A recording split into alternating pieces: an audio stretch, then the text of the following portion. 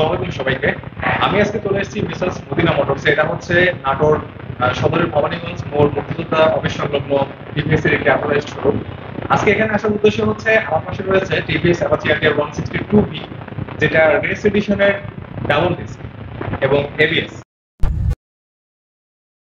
এই হচ্ছে 162V নতুন যে বাইকটা আসলো এইটা। আর এটার প্রথমত যে বিগেস্ট পরিবর্তন এটা হচ্ছে এবিএস। বাট আপনাদেরকে একটা বিষয় দেখাই, এদিকে আমি আবার আসতেছি ফ্রন্ট প্যানেলে।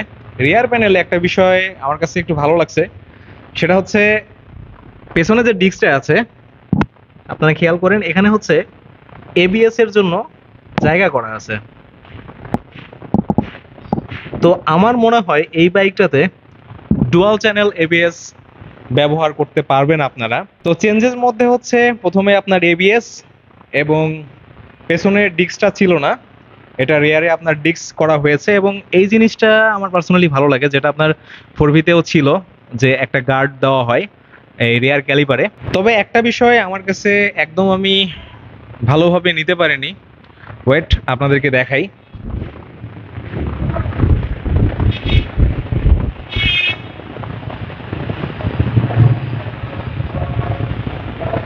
ব্যাপারটা হচ্ছে এই যে এটা হচ্ছে ফোর ভিতে আপনার এবিএস এর যে লাইনটা এবং ব্রেকিং এর যে হোস পাইপ, এইটার ম্যাটেরিয়ালটা একটু দেখেন, এটা কিন্তু আলাদা। এটা সম্পূর্ণ একটা কাভারের মতো এবং সুন্দর, কিন্তু আমার কথা হচ্ছে এবিএসটা ইনক্লুড করলো তাহলে ওই ধরনের একটা হোস পাইপ দিলেই পারতো, যেটা একটু প্রিমিয়াম ফিল দিত এবং লংজিভিটিটাও ভালো হতো। চাইলেই এটা করতে পারতো, যেহেতু বাইকের প্রাইসটা বাড়ছে।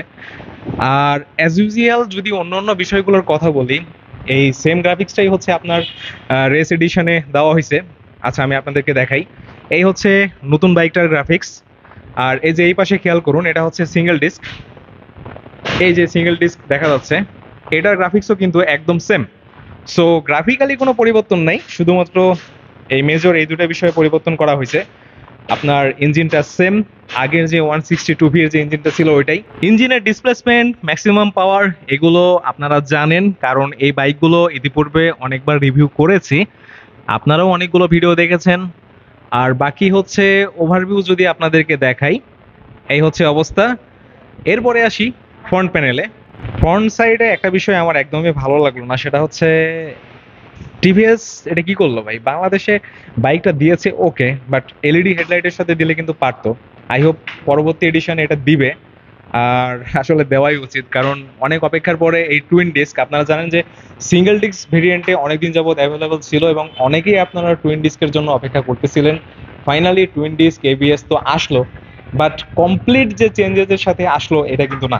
এখন এই ভিডিওটা দেখার পরে বা এখন অবধি আপনারা এটা ভাবতে পারেন যে ভিডিওতে কোনো ইনফরমেশন নাই বা এরকম কোনো কিছু বলা হলো না। আমি একটু আগেই বললাম এই বাইকটা সম্পর্কে আপনারা সবকিছুই জানেন, তো আলাদাভাবে স্পেসিফিকেশন বলার আমি প্রয়োজন মনে করতেছি না।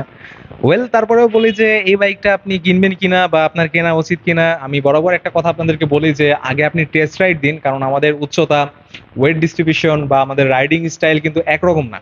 সো এই দিক থেকে দেখা যায় যে আমার কাছে যে বাইকটা কমফোর্টেবল মনে হবে সেটা আপনার কাছে কমফোর্টেবল নাও মনে হতে পারে। সো মেক শিওর আপনাকে অবশ্যই টেস্ট রাইড দিতে হবে। আর বাকি আমি আপনাদেরকে একটা বিষয় দেখাই যে এই বাইকটা কিনতে হলে আপনার ন্যূনতম সিট হাইট কত হতে হবে। ভাই বাদাস, আমার উচ্চতা হচ্ছে 5 ফিট 5 ইঞ্চি। আর আপনারা এখন ভিডিওতে দেখতেই পাচ্ছেন আমি কতটুকু পা ফ্ল্যাট করতে পারছি। তো ফুল ফ্ল্যাট না, হাফ ফ্ল্যাট বলা যেতে পারে। তো এই বাইকটা রাইড করার জন্য আপনার উচ্চতা ন্যূনতম 5 ফিট 5 ইঞ্চি হলে ভালো হবে। 5 ফিট 4 হলে আপনি বাইক রেসে চালাতে পারবেন না তা কিন্তু না, আপনি রাইড করতে পারবেন, বাট আমার মনে হয় যে অফরোডিং এ গেলে আপনার সমস্যা হতে পারে। কারণ আমি হ্যান্ডেলে হাত রাখতেছি, লক্ষ্য করুন আমি হাফ ফ্ল্যাট করতে পারতেছি, ফুল ফ্ল্যাট কিন্তু আমি করতে পারছি না। যদিও আমি এখন খালি পায়ে, হয়তোবা আমার শু পরে থাকলে হয়তোবা আমি মোটামুটি আরেকটু ফ্ল্যাট ভাবে পা ফেলতে পারতাম। ভাই ব্রাদার্স, এই ছিল আজকের এই ভিডিওর জন্য। স্পেসিফিকেশন বলে ভিডিওটা লম্বা করতে চাচ্ছি না, যতটুকু চেঞ্জেস হয়েছে এই বাইকটাতে আমি আপনাদেরকে ডিটেল বলেছি। আর এরপরে বাইকটা কেমন লাগে আপনাদের সেটা বলবেন। আর বাইকের সম্পর্কে কোনো কিছু জানতে চাইলে অবশ্যই কমেন্ট করুন, আমি আপনাদের সাথে কথা বলবো। আর এই শোরুমের ডিটেলস আর ইনফরমেশন গুলো থাকবে ভিডিওর ডেসক্রিপশনে। তাহলে দেখা হচ্ছে পরবর্তী কোনো ভিডিওতে। সে পর্যন্ত সবাই ভালো থাকবেন, সুস্থ থাকবেন। আল্লাহ হাফেজ। অত্তেরি এলইডি ভার্সনটা দেওয়ার কথা ছিল না ভাইয়া? এই ভার্সন এখন মনে করেন যে কোম্পানির বিষয় ভাই, কেবল তো আমি দুইটা গাড়ি পেলাম, অনেক অনেক শোরুমে গাড়ি দেয়।